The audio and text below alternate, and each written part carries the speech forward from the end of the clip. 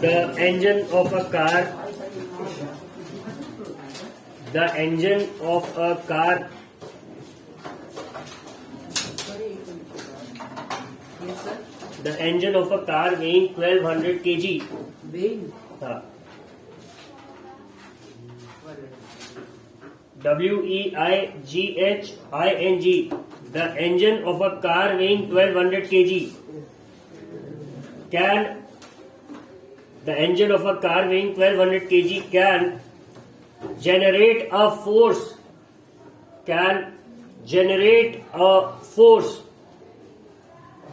The engine of a car weighing 1200 kg can generate a force of 1600 Newton.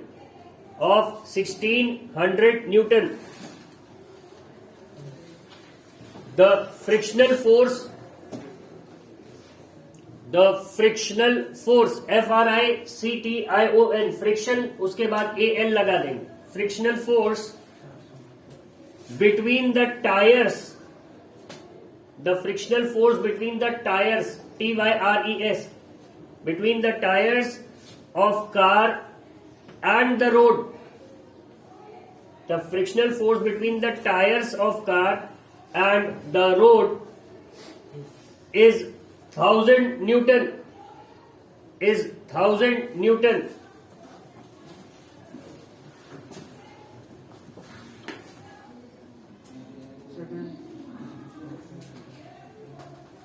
पहला जो find out करना है आपको, ये तो डिटेल्स थी. What is the acceleration produced in the car? What is the acceleration produced in the car? Sir वो engine का मास था ना. सर वेइंग दिखा दो, मतलब वेट. कार का वेट. इंजन सिर्फ अपने आप को खींचेगा कि कार को भी खींचेगा? The chassis of the body is left behind, only the engine moves. ठीक है. What is the acceleration produced in the car? First one हो गया. Second one is if the car starts from rest.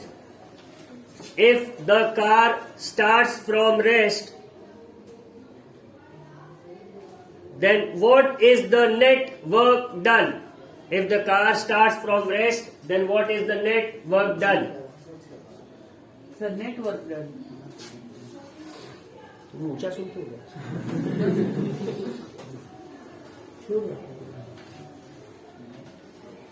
What is the network done by the accelerating force?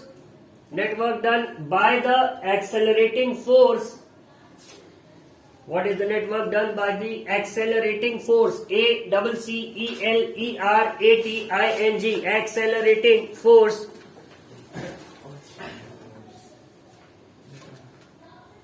In 20 seconds.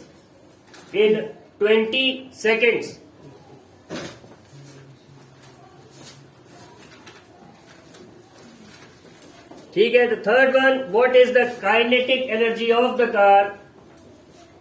What is the kinetic energy of the car at the end of 20 seconds? At the end of 20 seconds. So the question is a simple one. The first one requires the application of the formula force is equal to mass into acceleration. The second one requires the use of an equation of motion, I guess, जिससे कि आपको displacement पता लगेगा. And the third one, नहीं, work done पूछा था तो second वाले में दो फॉर्मूले का एप्लीकेशन, इक्वेशन ऑफ मोशन का भी, फिर work is equal to force into displacement का. And the third one requires the use of the formula half mv square, kinetic energy calculation. Sir weight तो न्यूटन में होता है सर, केजी में लिखा हुआ है यहाँ पर. सर अभी आप जब फोर्स निकालोगे तो मास इनटू एक्सेलरेशन इज 1200.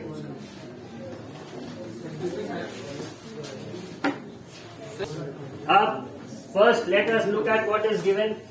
तो गिवन में सबसे पहले हमारे पास है mass of the car 1200 kg.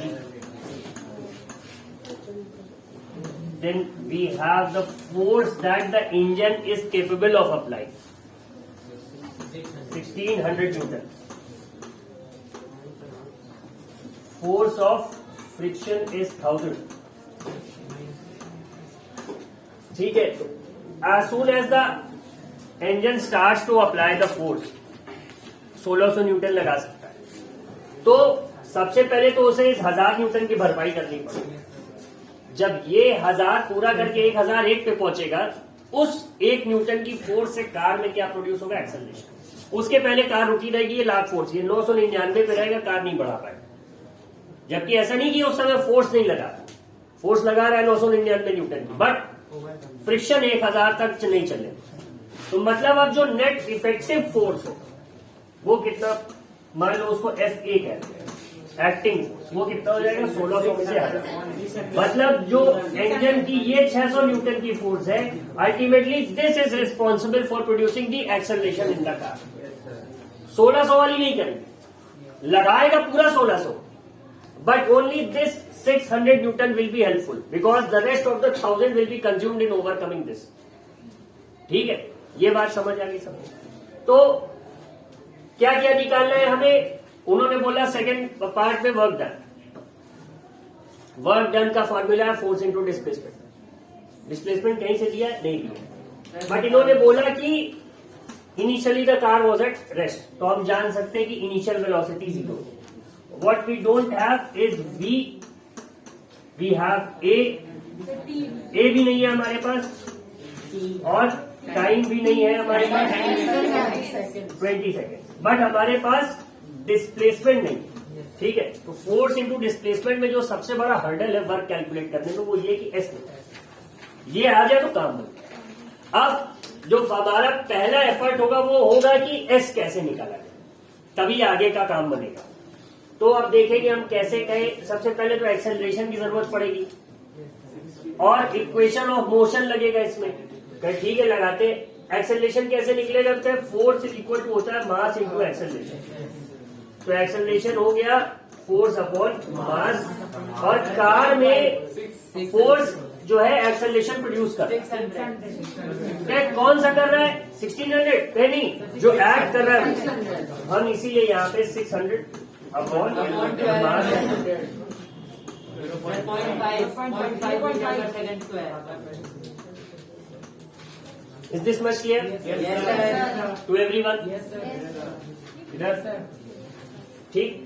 अब एक्सेलरेशन आ गया, अब कुछ आगे की बात बनी, but still to apply the third equation of motion जिससे डिस्प्लेसमेंट आएगा, हमारे पास कुछ चीजें नहीं। सेकंड भी लगा सकते हैं। ठीक है, UT plus half AT square. तो यू क्या है? 0 है, तो यूटी वाला टर्म खत्म हो गया। एस इज इक्वल टू क्या हो गया? Half into a into t square. या फिर एक लंबा मेथड है कि पहले v is equal to u plus AT से आप v निकालिए, फिर उसको थर्ड इक्वेशन में रखिए, v square is equal to u square plus 2as। But second equation का यूज यहाँ पे ज्यादा आसान है, कन्वीनियंट है। तो हाफ इंटू 0.5 तो अगर हम 1/2 लिख दे तो कोई प्रॉब्लम? तो हाफ इंटू 20 इंटू 20 कितना आ जाएगा? 400 अपॉन 4। हाफ इंटू हाफ क्या हो गया? 1/4, और 20 इंटू 20 400, तो 400 अपॉन 4 कितना हो गया? 100। तो जो एस की वैल्यू आ गई इक्वेशन ऑफ मोशन लगाने के बाद हमारे पास आ गए 100। Now the things seem to be a bit easier. अब work is equal to force into displacement में फोर्स क्या है? 600 न्यूटन है, into the displacement which is 100। Work done कितना आ गया? 6 into 10 to the power 4 joule. जब हम 6 इंटू 10 टू द पावर 4 लिखते तो मतलब 6 के आगे कितने जीरो लगाएंगे हम? 4। यहाँ 5 छोटा तो 5 लगा, तब 6 लाख होगा। So to write it in a more convenient and in a shorter form we use this way. ठीक है, या फिर हम इसको 60 किलो जूल भी लिख सकते हैं अगर हम चाहते। ठीक है, वो हमारे ऊपर है, बट ये क्या हो गया? Work done. ठीक है, अब now they are asking about the kinetic energy कि कितनी है। तो as per the rules under ideal condition, यहां कुछ ऐसा दिया नहीं, जितना वर्क डन होगा उतना ही ऑब्जेक्ट एनर्जी गेन कर लेगा। ठीक है, बट हम देख रहे हैं फ्रिक्शन वगैरह दिया है, तो why take a risk? We have a very simple formula for kinetic energy, half mv square. लगा के खुद ही निकाल के काम खत्म कर। तो आप क्या लगा लोगे? Kinetic energy is equal to half into m which is 1200 into v square. What is v? 10। तो अब हमें याद आएगा कि हमें फर्स्ट इक्वेशन का यूज अल्टीमेटली करना पड़ेगा, तो v निकाल ले। ठीक है, v आ जाएगा 10 मीटर्स पर सेकेंड, जैसे कि अभी हमने सॉल्व करा था। अब उसके बाद आप फॉर्मूलों में रखोगे तो अल्टीमेटली आंसर यही आ जाएगा। बट कंफर्म करने के लिए आपको करना काइनेटिक एनर्जी आप डायरेक्ट लिख देंगे, मान लो कुछ चेंज हो जाए तो गलत हो जाएगा। So it's better to use this. ठीक है, so that's it with the solution of the first question. समझ आ गया सब? Yes sir. अभी भी नहीं आया तो बोलिए, फिर से दोहरा दिया जाए। हाँ, किस वाले पार्ट में? उत्सव भाई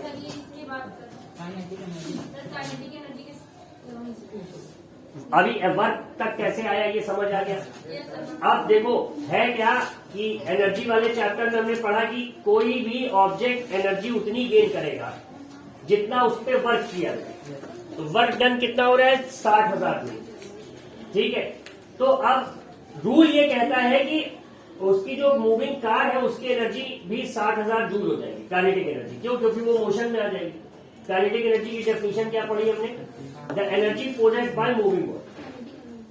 हाँ, तो जब कार चलेगी तो उसके पास कौन सी एनर्जी हो जाएगी उस समय? काइनेटिक। ठीक है, अब कितनी हो जाएगी? क्या जितना उस पर वर्क किया जाए। वर्क कितना किया जा रहा है?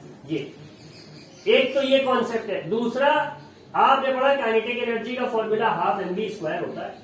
तो आम आदमी की तरह बहुत फिजिक्स ना जानते हुए तुम सिंपल फॉर्मूले में वैल्यू रखो आंसर में। फॉर्मूला है half into M into v²। तो m क्या है दिया हुआ है, v नहीं पता, v कैसे निकालेंगे? First equation of motion v is equal to u plus at। a दिया है, यस सर। t दिया है, यस सर। ठीक है, v नहीं पता लेकिन u दिया हुआ है 0। तो अब वो क्या हो गया? v is equal to 80। a क्या है? 0.5, t क्या है? 20। तो 0.5 को हम 1/2 लिख सकते हैं। 1/2 इंटू 20 क्या दे देगा? 10। तो मतलब वेलोसिटी फाइनल वाली क्या आ गई? 10 मीटर पर सेकेंड। अब इसको हाफ mv² में लग दो, तुम्हारी काइनेटिक एनर्जी आ गई। ठीक है, हाफ इंटू 1200 इंटू 10 इंटू 10।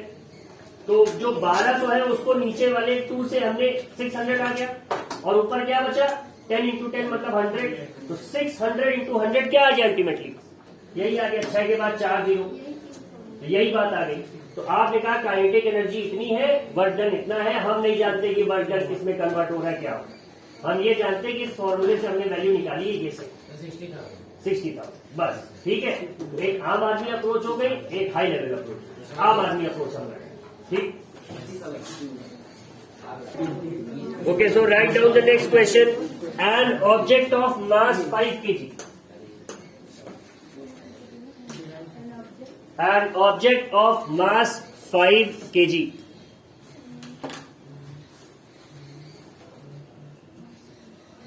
एक पसेरी का ऑब्जेक्ट 5 kg इज 1 पसेरी। Yes sir. जो बोलता है आलू 60 रुपया पसेरी मतलब 60 रुपीज फॉर 5। ठीक है, an object of mass 5 kg is moving with an initial momentum. is moving with an initial momentum.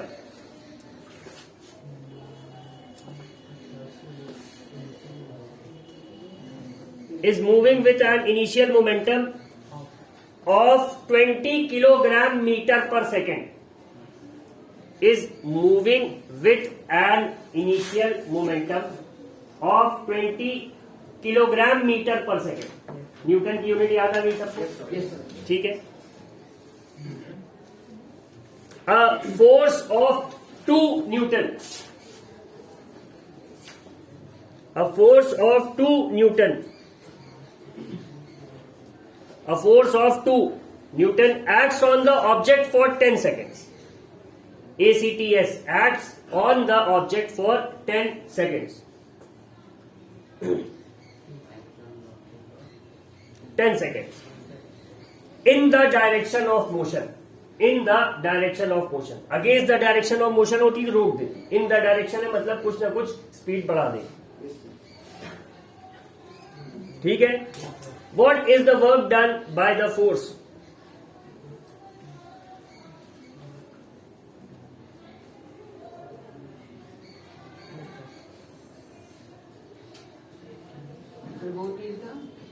Work done by the force.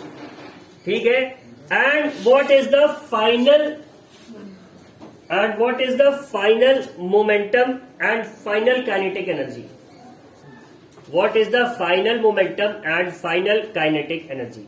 इसमें थोड़ा सा आपकी, जैसा कि मैंने बताया, प्रीवियस नॉलेज का एप्लीकेशन है, इक्वेशंस ऑफ मोशन भी, और जो मोमेंटम का फॉर्मूला है P is equal to m. Final momentum and final kinetic energy. ठीक है, start doing. Given is the mass which is 5 kgs, a force of 2 Newton acts, we have momentum, initial momentum 20 kilogram metre पर second, right. इसके अलावा तो कोई detail भी नहीं है, और 10 सेकेंड्स के लिए ये फोर्स आएगा बस ना, और तो कुछ है नहीं, डिटेल है। तो मोमेंटम है, मास है, we can find out the velocity. कौन सी? जिस वेलोसिटी से वो पहले से चल रहा। मोमेंटम जब हमने टॉपिक पढ़ा था, आएगा आगे आएगा। जब हमने टॉपिक पढ़ा था मोमेंटम का, तो हमने क्या पढ़ा था? Quantity of motion in a moving body. तो जब तक कोई बॉडी मूव नहीं कर रही होगी, मोमेंटम नहीं होगा उसका। यहाँ पे मूव कर रही, तो कितना है, किस वेलोसिटी से मूव कर रही, कैसे निकलेगा? यार फॉर्मूला लगाइए, P is equal to m into v. तो मतलब क्या हुआ कि V is equal to P upon m, which is 20 upon 4,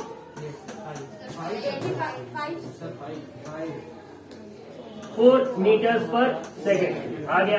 ये क्या आ गया? इनिशियल वेलोसिटी आ गई ना। अब हमारे पास एक क्वांटिटी और हमें पता होगी, क्या? 4 मीटर्स पर सेकेंड की इनिशियल वेलोसिटी। तभी इसका इनिशियल मोमेंटम क्या है? 20 किलोग्राम मीटर्स पर सेकेंड। इतनी बात हो गई। अब क्या चाहिए हमें नेक्स्ट चीज निकालने के लिए? वर्क के लिए फोर्स भी चाहिए, डिस्प्लेसमेंट भी चाहिए। फोर्स दिया हुआ है 2 न्यूटन, ठीक है, और डिस्प्लेसमेंट नहीं है हमारे पास। So what can we do to find out the displacement? क्या कर सकते हैं? फॉर्मूला लगाएंगे। कौन सा? इक्वेशन ऑफ मोशन, ठीक। सेकेंड लगाया जाए, क्योंकि एक्सेलरेशन है नहीं हमारे पास। और पहली और तीसरी में v is equal to u plus a t and v square is equal to u square plus 2 a s. A नहीं है तो सेकेंड लगा ले, लेकिन सेकेंड में लगाने के लिए हमारे पास क्या नहीं है? एक्सेलरेशन। तो मतलब तीनों में ए है, ठीक। तो अब एक्सेलरेशन निकालेंगे सबसे पहले, तभी हमारी गाड़ी आगे बढ़ेगी, otherwise it will be on halt. कैसे निकलेगा acceleration? Force is equal to mass into acceleration. Force कितना एक्ट कर रहा है? 2 न्यूटन। मास कितना है? 5। नाउ अगेन प्लीज,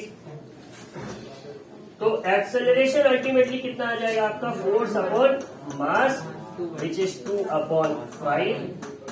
कितना आ जाएगा? ये आ गया एक्सेलरेशन। अब आपको क्या निकालना है? डिस्प्लेसमेंट। कैसे निकलेगा? S is equal to ut plus half a t square से निकालेंगे। 10 सेकेंड, ठीक। तो U क्या था? 4, right. 4 into 10 plus half into 2 upon 5 into 100, ठीक है।